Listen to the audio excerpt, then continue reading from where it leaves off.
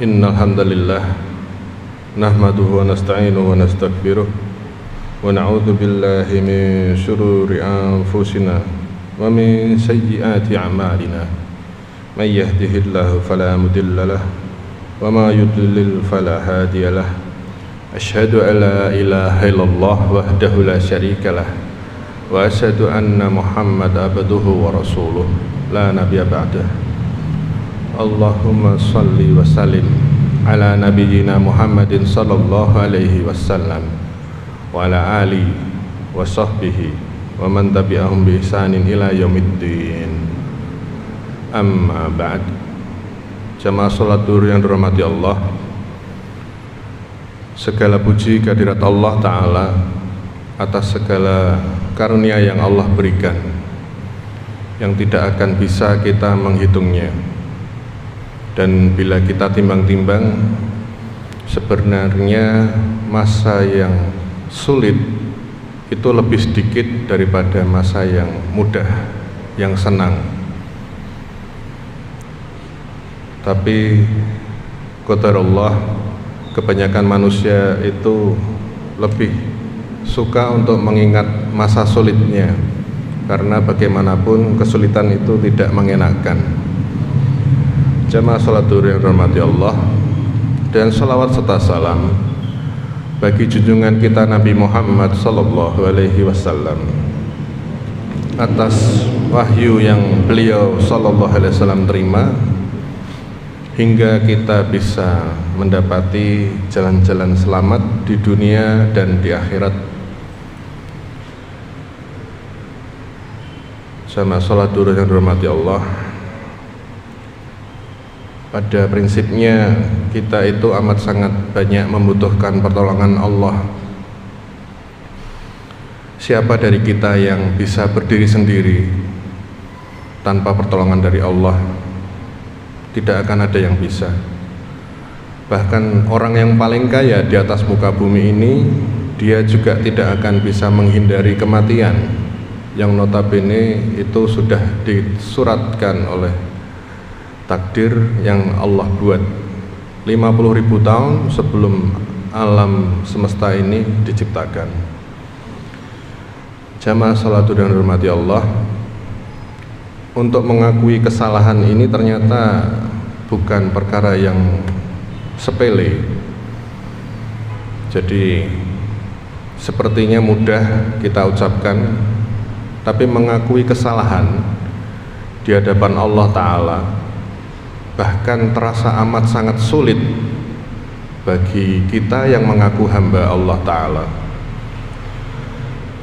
Ada sebuah contoh yang Allah abadikan dalam Al-Quran surat Al-Baqarah, yaitu saat Allah Ta'ala berfirman, wa idh qulna lil malaikati isjudu li adama fasajadu illa iblis aba wastakbar. Dan ingatlah ketika Allah memerintahkan para malaikat untuk bersujud kepada Adam, bukan sujud penghambaan seperti sujudnya kita pada Allah, tapi Allah ingin memberikan perintah pada makhluk-makhluk yang di dekatnya, yaitu para malaikat termasuk iblis.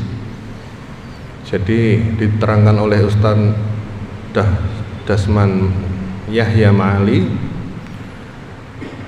digambarkan bahwa berarti iblis ini dari kalangan jin. Dalam surat Al-Kahfi Allah sampaikan, kana minal jinni fafasaqo an amri rabbih. Jadi iblis ini dari kalangan jin, tapi saking dia itu luar biasa ilmunya, sampai-sampai Allah memberikan kesempatan tempat bersama-sama dengan para malaikat. Dan saat Allah Ta'ala memerintahkan para malaikat untuk bersujud, semua malaikat bersujud kecuali iblis. Aba wastakbar, dia tidak mau bersujud karena takabur. Dan di akhir ayatnya Allah lanjutkan dengan wa kana minal kafirin, dan ia termasuk golongan orang-orang yang kafir. Vonis yang Allah turunkan ini disebabkan karena iblis tidak mau yang pertama melakukan apa yang Allah perintahkan. Karena di surat lain iblis dengan pongah, dengan sombong, ia berkata, aku diciptakan dari api, sementara dia, Adam, dari tanah. Kalau bahasa kita sekarang itu jelas-jelas iblis ini ada sebelum Adam. Kita akan bilang, oh saya lebih senior, saya lebih tua, ngapain saya harus mengakui keilmuan yang lebih muda? Pastilah ilmunya itu di bawah saya, pastilah amal solih saya lebih banyak, pastilah amal pahala saya itu lebih berlimpah, dan seterusnya. Itulah yang menjadi keyakinan iblis yang Allah berikan ganjaran, ia dikutuk dan dikeluarkan dari surga. Berbeda dengan bapak kita Nabi Adam, saat ia melakukan kesalahan, yaitu dirayu-rayu oleh syaitan untuk makan mendekati pohon. Di sebagian riwayat, yang riwayatnya sebetulnya juga kurang jelas, ada yang namanya buah khuldi, Allah larang untuk dekati ke pohon itu, apalagi memakannya. Tapi karena bujuk rayu syaitan, bujuk rayu iblis, maka Adam memakannya bersama Hawa. Bedanya iblis dengan Nabi Adam alaihissalam adalah saat iblis itu Allah tegur, kenapa kamu saya suruh untuk sujud ke Adam kamu gak mau? Dia bantah, saya lebih baik kok, saya lebih senior, ilmu saya lebih tinggi, kenapa saya harus sujud pada makhluk yang barusan engkau ciptakan? Dan dia tetap ngeyel, dan itu disimpulkan karena Allah yang menciptakan makhluk terjadi karena kecongkaan, kesombongan, takabur. Sementara Nabi Adam saat melakukan kesalahan itu, maka Allah abadikan juga dalam Al-Quran, masih surat yang sama, Al-Baqarah, fatalaqa adamu mir rabbihim kalimatin fataba alaih. Dan Allah ajarkan pada Nabi Adam kalimat-kalimat taubat, dan Allah tutup ayatnya dengan kalimat yang indah, innahu huwat tawwabur rahim. Langsung Allah senang pada apa yang Nabi Adam lakukan. Apa itu? Manut, nggak ngeyel, tidak menolak, tidak menjawab, tidak cari alasan. Langsung beliau Nabi Adam alaihissalam minta ampun sama Allah. Sebagaimana diabadikan doa itu yang bisa kita amalkan, doa Nabi Adam yang terkenal bunyinya, Rabbana dolamna anfusana wa ilam taghfir lana wa tarhamna lanakunanna minal khasirin. Ya Tuhanku, sesungguhnya aku telah mendolimi diriku sendiri. Apabila engkau tidak mengampuni aku, niscaya aku akan dimasukkan ke dalam golongan orang-orang yang rugi. Yang rugi itu apa? Bukan rugi duit, bukan. Masuk neraka. Bukan cuman duit.